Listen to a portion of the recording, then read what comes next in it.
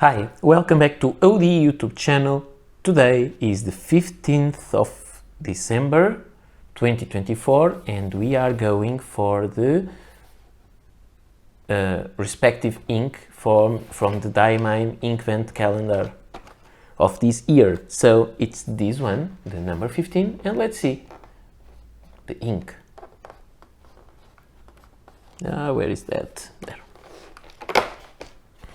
And it's called Sleigh Ride. Something we don't have much here in Portugal, except in Serra da Estrela. And it has an extreme sheen, so we'll not see anything through the bottle, but we'll see on paper how it will behave. So I'll be right back. And let's go for the swatch part of the video. So 1, 2, 3 little droplets of ink.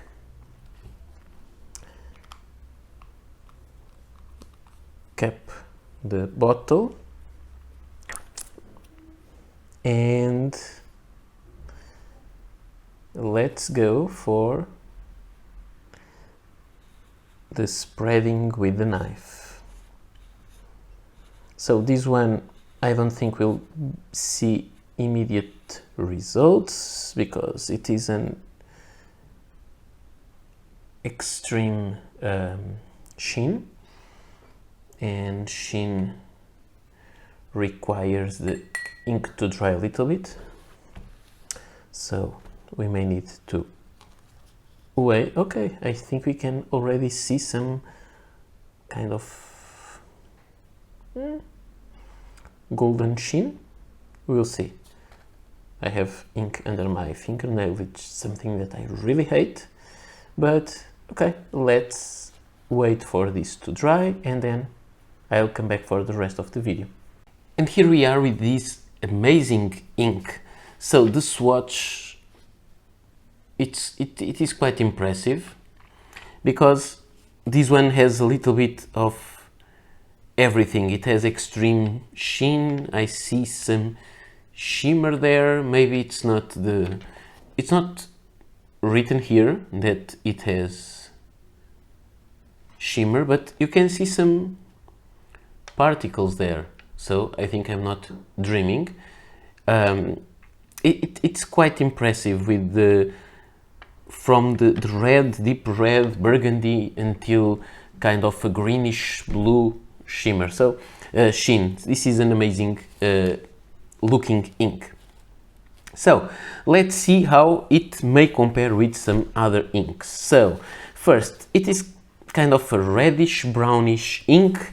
So I have some brown inks let's look at some inks that I think they may be comparable or not, but will help you decide if you like this ink or not. So I have here the Pelikan Edelstein Smoky Quartz, which is a well-known, nice brown ink. And you can see this is much more on the red side. I have also here one of my favorite browns ever, the Parker Quink Brown. And you can see it's not even close to that kind of colors. Those are more on the reddish tones. So for that, trying to match some inks, I have here the Nutcracker from the Diamine Inkvent Calendar 2019, Day 9, and it's this ink. It's not also comparable. I have also from the Gingerbread 2019, ink number 19, not the same kind of color. The Roasted Chestnut from 2019 also. This is more reddish, so I would say this is the closest one so far, but it doesn't have the sheen. And for the sheen, I have here the Winter Spice from 2021, not the same kind of brown, but it has shimmer, so it's also brown with some stuff going on.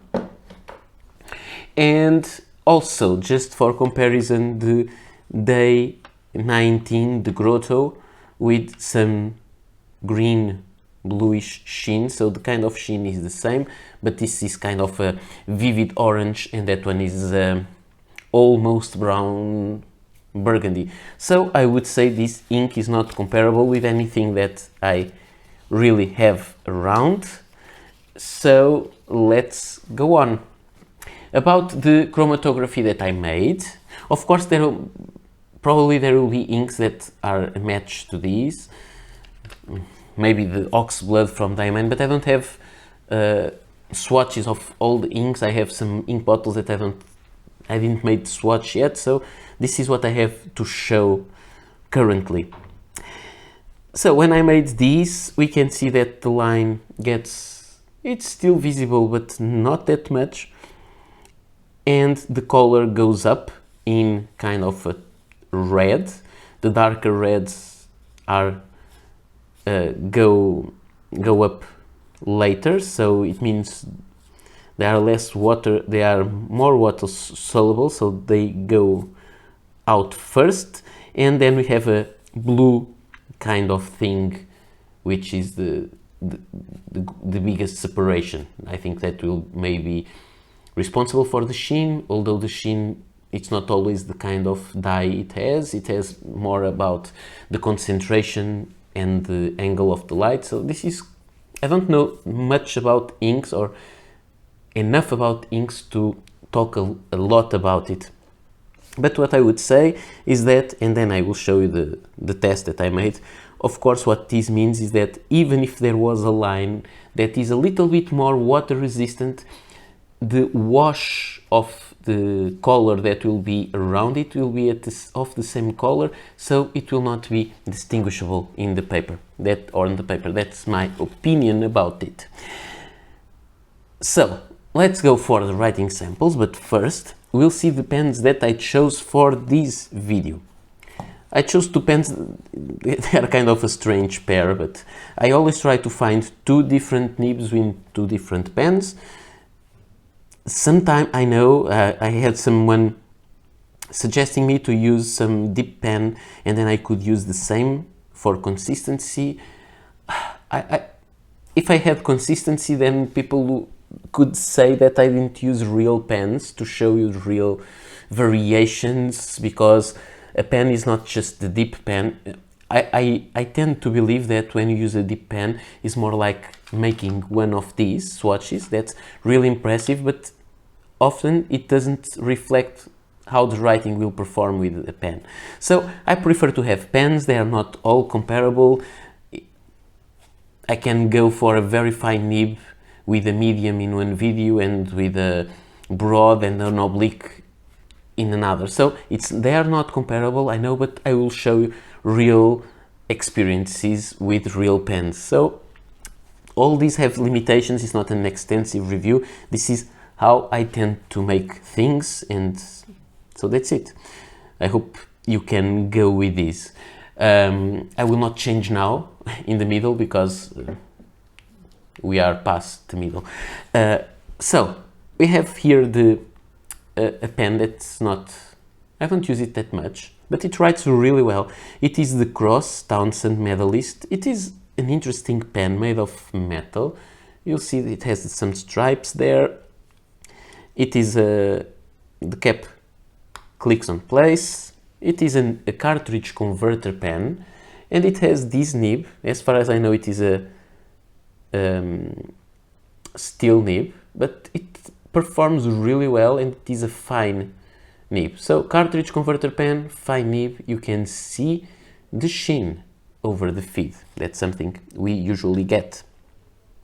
The other pen is Kaweco. It is the Kaweco Supra, and the Supra has it is in the full extension, and I used a full converter, a full-size converter. So this is the Kaweco Supra in black, made of aluminium, lighter than the other ones made in brass or steel. It has a number 6 medium nib made of steel also. Just for comparison, the nib on the cross is smaller than this number 6 nib. Both are very interesting and I like to write with both. So let's now see the papers. And the papers will show us, this is moleskin paper, sheen, just to let you see, we can see the sheen. The Oxford optic paper, I think you can also see the sheen, and then the Navigator copy paper, and I cannot see any sheen on it. Okay, let's go for the detailed look at it. Here I had my hand over it just with the ink wet, so I made this. I didn't want to remake old writing sample. I copy here my favorite book, so these are kind of quotes of the book. They are, I'm really transcribing the book, really. And you can see there is lots of green sheen. It looks like, in here on the paper, I wouldn't say it looks like burgundy. It looks burgundy there where I smeared, but where I didn't smear, it looks like a brown, kind of a nice hot, warm chocolate brown. That's how I see the ink, not as that kind of burgundy that I saw on the swatch. To me, this is very different color from this. But then, when we change it, it has a very beautiful sheen. It's really amazing. It works great on the moleskin paper with no bleed through, which is amazing. It's really well behaved. I like how it looks. These two pens don't have, here starts the Caveco Supra, there it's the Cross Townsend. You don't see that much difference between the line width. We can see this is more broad. This is medium. You can see it has some shading also. Shading, and then when you move it to the light, the places where the shading is darker, it's also where there is sheen. When we go to the Oxford optic paper, I think this is even more dramatic because this paper doesn't absorb ink as the other one does. This ink stays more in the surface or on the surface. You can see lots of shading. It looks really good, this shading. And you can also see the sheen. It's really very intense green sheen. It looks almost like a neon sheen. It's very nice. No bleed through, as usual on Oxford paper. Sometimes it happens, but it's usual not to have that. And here, on this copy paper that is much more absorbent, there is no sheen, there is no bleed through, there is some bleed through, there is no feathering, but there is no shading also. So the ink here looks much more like the, let me show it again. Here it looks a lot more like the burgundy, and here it looks a lot more like a brown. I think that the sheen also helps to add a green layer to the burgundy one, and it makes it look brown. Maybe this is the true color, but it doesn't show all the characteristics of the ink. And now let's go for the final paper, which is the Rhodia dot pad, and here we have it. The drying time is between 25 to 30 seconds, so quite a little bit. And there you can see there is a, let me pick the pen, there is a slight heavier line that you can still see, kind of a reddish line under the reddish dot of water. And so, but you can't really rebuild the writing over this, because this is just a stain of red ink, so, or pinkish red ink. You cannot really, it's not really water resistant, and it will completely destroy the writing that you have. And so I think this is a beautiful ink. I don't like that much burgundy inks, but I think I really like this one. In this calendar, I'm trying not to buy more inks, at least often, because I don't need. I have lots of inks. I will need to talk about inks and managing inks and so on one day, but I don't want to buy more inks. But this ink is one of those that I think maybe I could buy this one because it's fun. So let's just write the phrase here. The quick brown fox jumps. This pen writes beautifully over the lazy dog. I really like this pen. And let's write with the Supra, which I liked a lot. I prefer the heavier ones over this aluminium one. And the quick, this one has more feedback, but it is also very good. The quick brown fox jumps over the lazy dog. And in the places the ink is already dry, you can already see some sheening. It gets better when it's completely dry, but this ink is really amazing. You can have some sheen here, you can see there on the title where I wrote it, but the best sheen out of this ink I got from the Moleskine and the Oxford paper. So this is all for today. Again, thank you all for watching. Thank you Appelboom for sending me the calendar for review, and we will meet again tomorrow. Bye.